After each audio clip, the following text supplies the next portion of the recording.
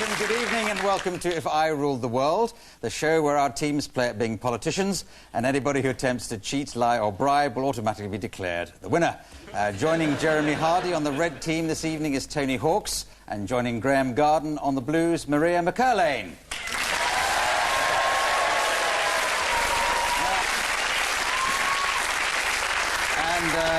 I should point out there's no political significance to the colours of the two sides. The parties on this programme are more or less interchangeable, as indeed they are in the House of Commons at the moment.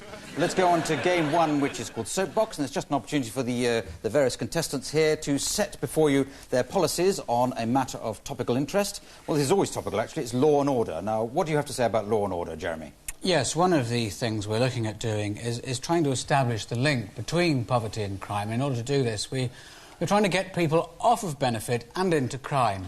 Tony Hawks, do you support your party leader or have you got different policy? Well, no, I support the party, obviously, and we're very, very concerned in the Red Party about the rising crime rate. One only has to look at Crime Watch to see how serious it is. I was watching this the other day. I've noticed a large proportion of the crimes in this country are committed by male Caucasians between the ages of 18 and 30. Well, why do we let these Caucasians into the country? Well, we don't go over to Caucasia and rob their buildings. No, so we've got to stamp down on that. All right, well, that's to carry the crowd there, but Graham Garden of the Blue Party, where do you stand on law and order? Well, we take a different approach. I mean, when it comes to law and order, I think we can all learn a great deal from the humble taxi driver. And our new policy development unit, in fact, consists of a master of foxhounds and a cabbie called Reg. And they've come up with several new policies for us, not least the reintroduction of capital punishment in schools. Have you got a view to support your blue Yes, captain? I have, because an alarming number of independent inquiries have revealed that there are a lot of innocent people in prison. So we plan to put a stop to independent inquiries. And we also think it'd be a very good idea for police officers to visit schools so they can learn to read. Can I just say yes, that you can. we yes, have... you're interrupting already. We have... well, if you will, let me finish. We have appointed a drugged Tsar and also an Alco-Pop Sultan and joyriding Kaiser. But if I could just say that there are many things which harass people today in the street, not just squeegee merchants and the so-called homeless and beggars. What is so-called homeless? Why do you say so-called homeless? Well, that's what people call them, clearly. They call that and we say so. I mean, in my view, these people have a home and clearly their home is outside. Yes, there is light at the end of the tunnel. We have made some progress in my own constituency. The crime figures have actually come down. And they've come down by 6 7/8. And now, that's not just a number I've pulled out of a hat. I see. But we still have our priorities. First of all, we must, I think, decriminalise the police. Look, if I could just come in here for a moment, I think it's very important you get the punishment right.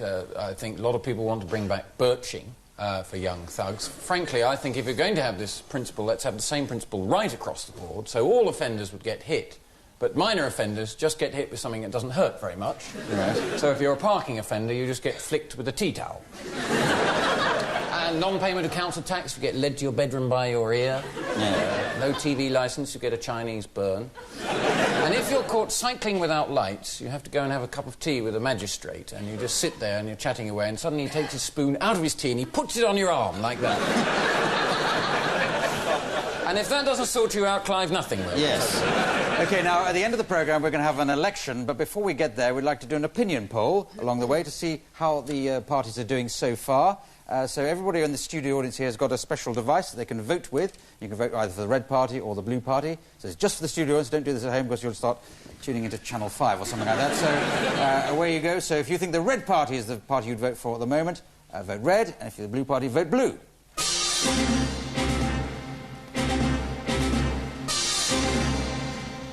And there we are. I see that the Red Party's had 67 to 33. So well done, the Reds.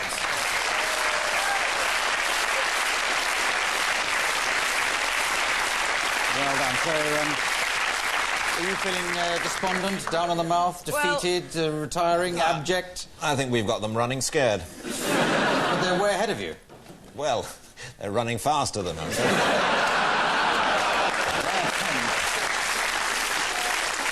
We're now going to do a round called the yes-no round, which explores the fact that politicians never answer a question with a straight yes, a straight no, or straight anything.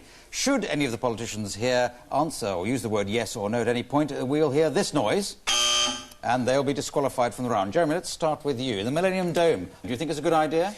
Well, what we're looking at... No, I don't want a speech. Are you in favour of it or not? Well, a cube clearly would be something easier to stack, because this is something that will only be used temporarily. So the shape is still very much in development. But it's supposed to be a dome shape. Do you think people are going to visit it? Well, those are your words and not mine, Clive. Well,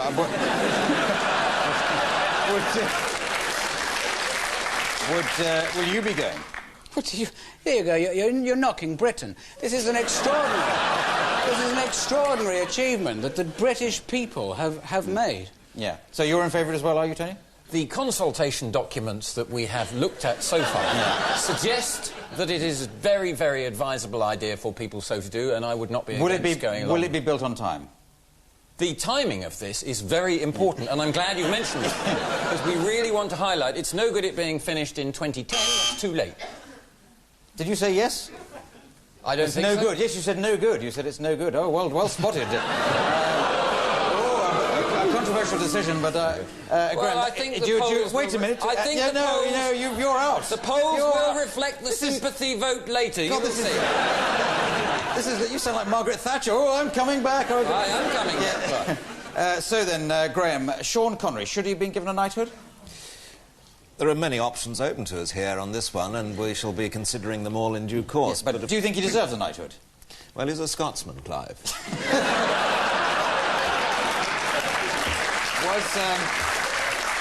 Was he the best James Bond? By far and away, he was one of the best 4 that I ever saw. Yeah. And would you say the best film that he ever made was the first one, which was called Dr... Which is the film I'm thinking of? Dr. N.O. And what does that spell? That spells Drenant.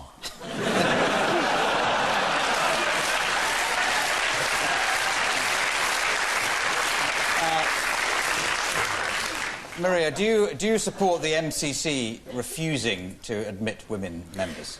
Well, I've spoken to a lot of people, Clive, ordinary people. I've travelled the length and breadth of the chocolate counter at the Harrods Food Hall. Yeah. And what has become clear to me is that the Belgian chocolates with fresh cream are by far and away the most popular. Yeah. What we the really MCC, should be looking at... Do you think women should join the MCC? I can't give you a soundbite answer, Clive. If you want me to answer the question, then I will. I do. Do you know what the MCC is? I think we should be looking at... Do you know what the MCC is? Yes, it's the cricket... Yes, there we go. So, Jeremy, are you in favour of cricket? Well, all of these things are Do you up play for review. cricket? Clearly, this is a multicultural society. Do you play cricket? Personally, I went to a rugger school. Yeah. Can you play cricket? Well, of course. I mean, if you were to ask me a straightforward question, I could give you an answer. Yeah. Can you explain the LBW rule? Well, these are clearly initials. What about schoolgirl boxing? Do you think it's right that schoolgirls should box? Ah, now you're talking. Is that your game? Well, I dabble. Are you in favour of being allowed to be a sport? Yes and no. I think that's a resignation rather than a ruling. I do. So you're out, you're right, and Graham Garden is clearly the winner of that round. Well done, Graham Garden. Okay.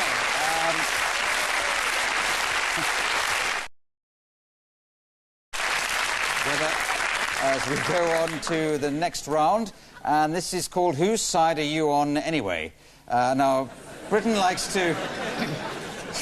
trips off the tongue. Now, Britain likes to adopt a position in the world, seeing ourselves as an important world player. And, of course, the issue that's probably most on our minds at the moment is the ever-growing tension between the United States of America and Mr. and Mrs. Pickering of Hawley Road, Hemel Hempstead. Now, of those two sides, which side are you on? Whose side are you on, Jeremy and Tony? Well, clearly America is more than an ally. It's a friend, a colleague, partner, lover, and above all, an enthusiastic and slightly abusive uncle.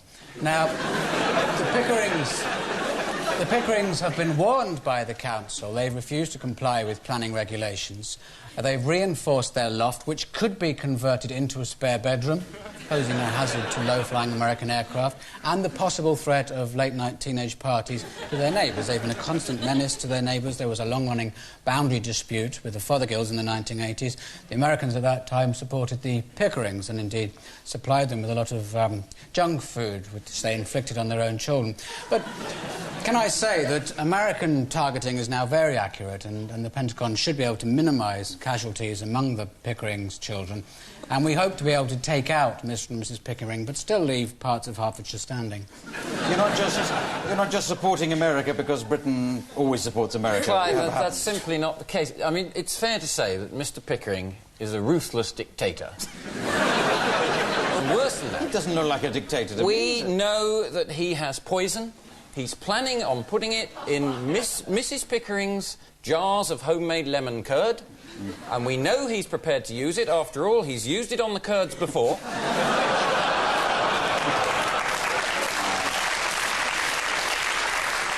I think you've just lost the election. If this is a repeat... No, you've had your say. Clive, The Blue Party. Who do you support? The terms for the US inspection were completely outrageous. The US President was demanding complete and total access to Mrs. Pickering.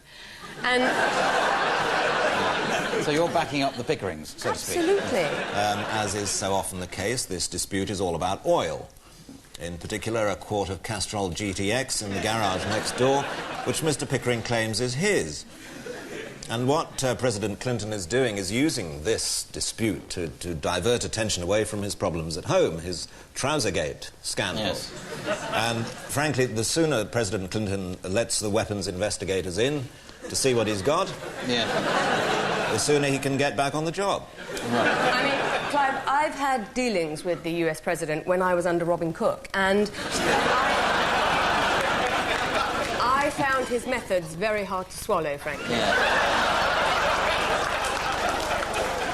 We've tried diplomacy. It simply doesn't work with Mr. and Mrs. Pickering. The Secretary-General of United Dairies went round there to try and mediate. He wasn't even offered a scone. They used the old cups. They're just not taking it seriously. But these bully boy tactics on America's behalf, I mean, are surely wrong in every sense. The Pickerings don't have smart bombs. I mean, look at them. They don't even have smart clothes. All right, well, I think we've come to a stalemate there. You're sticking with the Pickerings, you're sticking with the America. Well, for now, we may change sides. All right. Oh, I'm sorry, I didn't realise you were Social Democrats. Anyway, let's do a vote now, which may have been affected by the answer to that round. So, do you support the Blues? Do you support the Reds? Press the appropriate button now.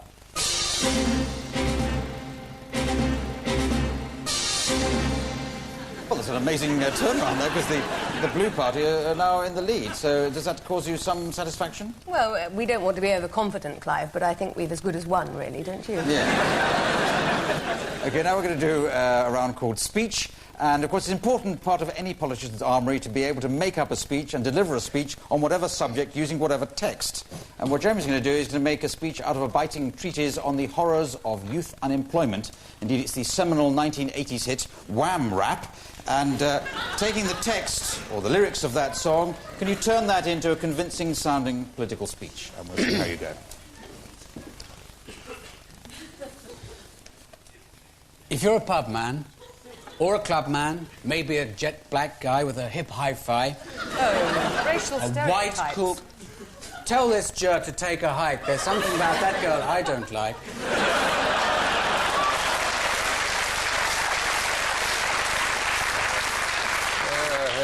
A white cool cat with a Toby hat, maybe leather and studs, is where you're at. Make the most of every day. Don't let hard times stand in your way. Give a wham, give a bam, but don't give a damn, because the benefit gang are going to pay. Typical scroungers, frankly. Hey, sucker, what the hell's got into you? Reach up high and touch your soul. The boys from Wham will help you reach that goal. It's going to break your mama's heart. It's going to break your daddy's heart. But you'll throw the dice and take my advice because I know you're smart. Can you dig this thing? Are you gonna Get down. Oh, yes. Say wow. Bam, Say bam. bam. Bam. I am a man. He's the man. Job or no job. You can't tell me that I'm not. Shame. You enjoy what you do. Shame. It's not just Resign. What you do. Resign, Minister. just lay there and rot. Yes.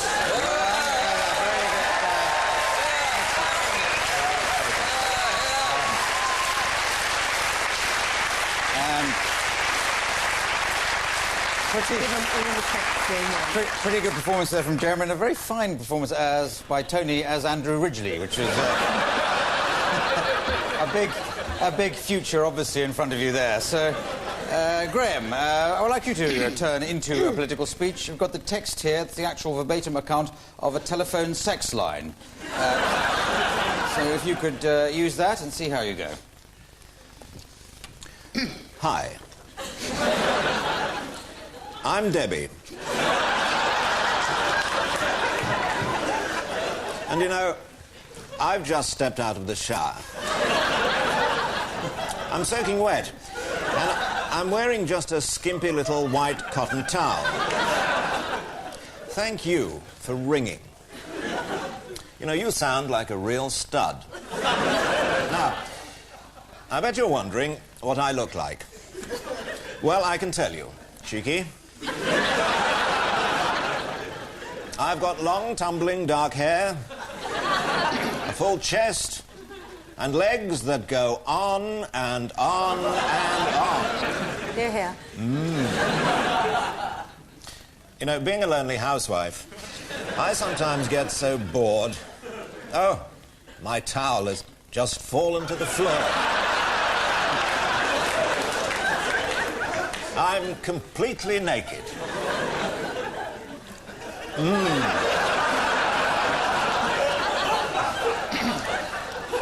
But you know,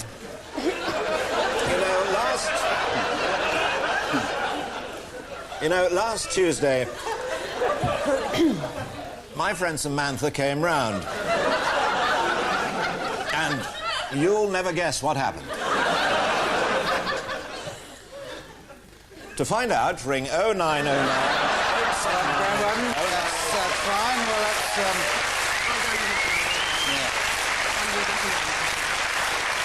let's move on to the next round. It's called It's a Stick-Up. Graham and Maria, you're faced with a familiar problem for politicians. You have to comment on and make some sense of the poster that the bright boys in your party's research department have come up with to promote your party.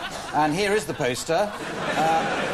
Ordinary people like us, we can't make any sense of this. What is this supposed to convey? Well, we're unashamedly going for the women's vote, obviously, Clive. I might need to point that out to you.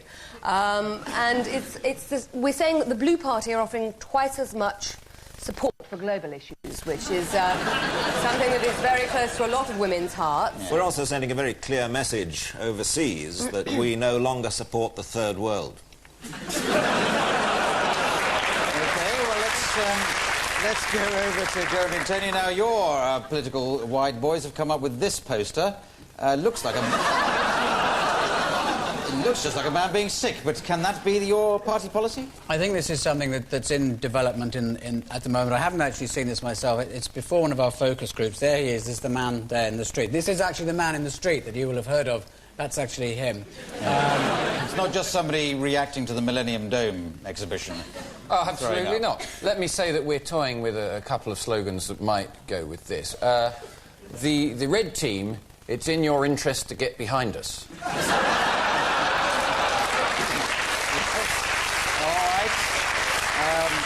I'm sorry, that's all we have to say about that particular issue. Let's go to another vote to the audience. It's just a bit of fun. It's just a bit of fun just to see where you're going. Vote blue for blue, red for red, and do it now.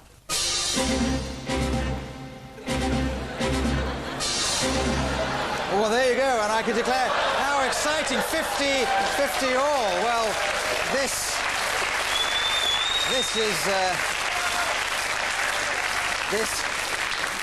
this is nail-biting stuff. You put it on your nails and it stops you biting them, but 50-50, so everything is to play for. So this must be terribly exciting for the Red Party, because you seem to be trailing there.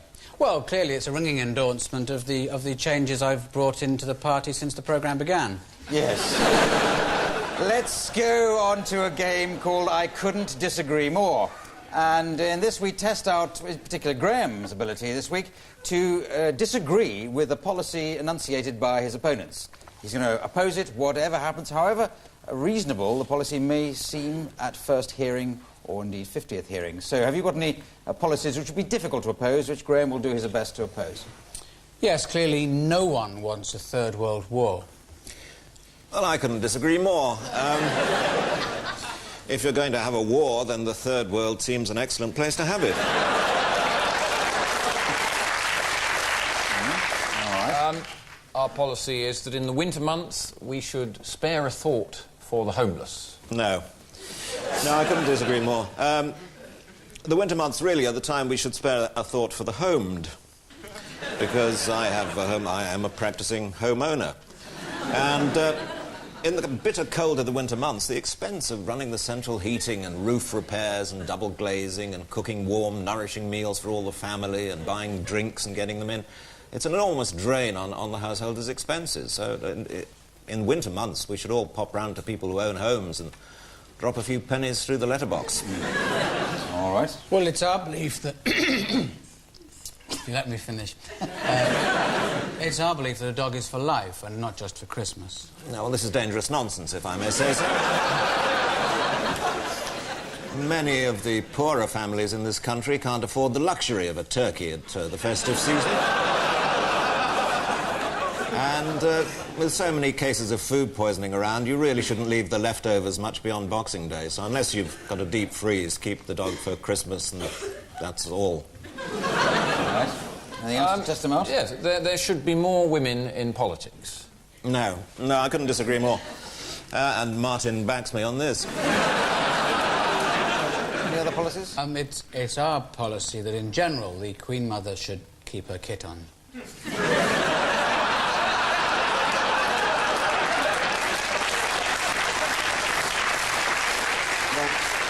Well, please God, she's spared until transmission time for this.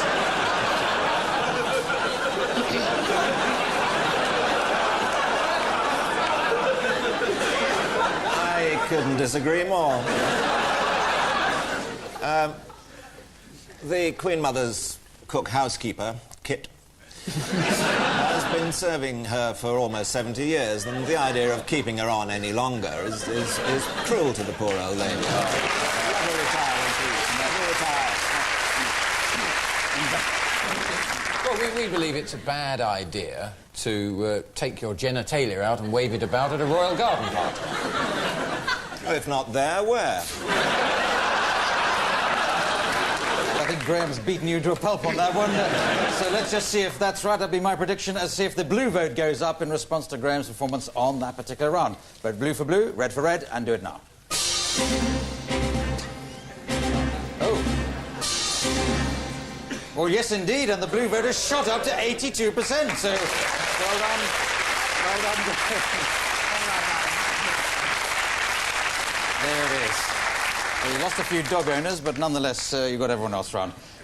So I think we're racing towards the end of the programme, so there's just an opportunity now for all the participants now to grab a few votes by coming up with a few vote-grabbing policies. And when you've got a policy, can you press your buzzer? Because this is your last chance to get any more floating voters. Jeremy. It's our policy that people should be allowed to have their cake and eat it. Only reason of having a cake, I always think, but there you go. Yes, we support the Ramblers' right to roam, and we're going to send them out to invade Italy. We're going to introduce a new tax called the penis tax for men, obviously. What it is, you pay £100 an inch. And brilliantly, this will be the first tax ever invented where people would deliberately pay more than they actually owe. If I could just... he's stealing our policies again. We actually You've tried... got a penis, We have tried you? to implement... Policies. Stealing your policies, not your penis. Nobody would want to steal your penis. We tried to implement that very Speak for scheme, yourself. and we just found that the men failed to get their penises in on time. Yes, Jeremy. We think that in future, if anyone does lead a horse to water, the horse should be forced to drink. Free petrol for the under-5s. Yes. More policies, yes, over there. Well, we feel these days that in terms of television and the way it's broadcast, that the pendulum has swung too much in favour of the consumer with consumer programmes and too far away from the businessman. So we'll be introducing a programme in which consumers write in and they get absolutely no sympathy at all. And the programme's called Tough Tits, You Bought It. Oh, it was blueberries, great. Yes, double the married person's allowance for the under-5s. You're obviously not aware that under-5s can't vote, but... We propose that in future, if anyone keeps their coat on inside, the moment they go outside, they should have another coat put on them so they will feel the benefit.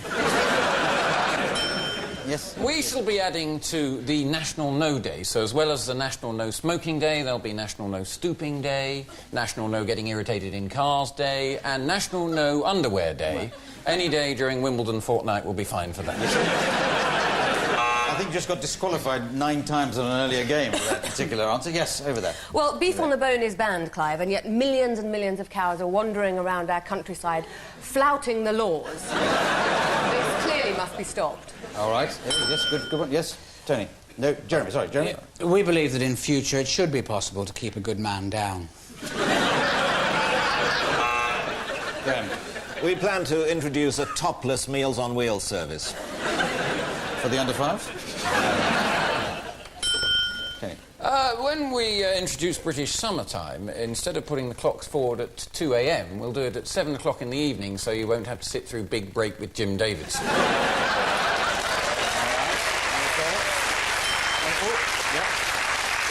We should be bringing in legislation enabling people to look a gift horse in the mouth. When you bought a book of Proverbs for Christmas, Well, proverbs are as proverbs do, Clive. We shall be fighting for an event in the Winter Olympics that we can win. My idea for this is an event called tobogganing down an unsuitable hill with insufficient snow on a bin liner or tread. Yeah. Oh, no, I'm afraid that's the division bell. I think it is either that or it's a fire alarm. Either way, that's the end of that round and the end of the programme, except to have a vote to see who has won tonight. So could you now... But this is the real thing. It's a general election, so vote blue if you want the Blues to form the government, Reds if you want the Reds to form the government, and can you vote either of those now?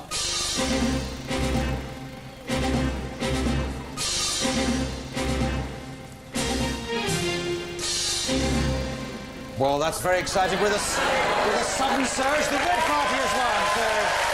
So well done, and that's really,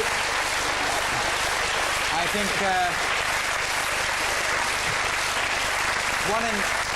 one in the eye there, I think, to the opinion pollsters, because suddenly from nowhere you've won with a landslide. So you're going to go off and form a government, whereas the Blue Party will go off and form a dole queue. But it's good night now from If I Rule the World, and like all true politicians, we won't be seeing our teams again until the next time they need your vote. But from us now, good night. Good night.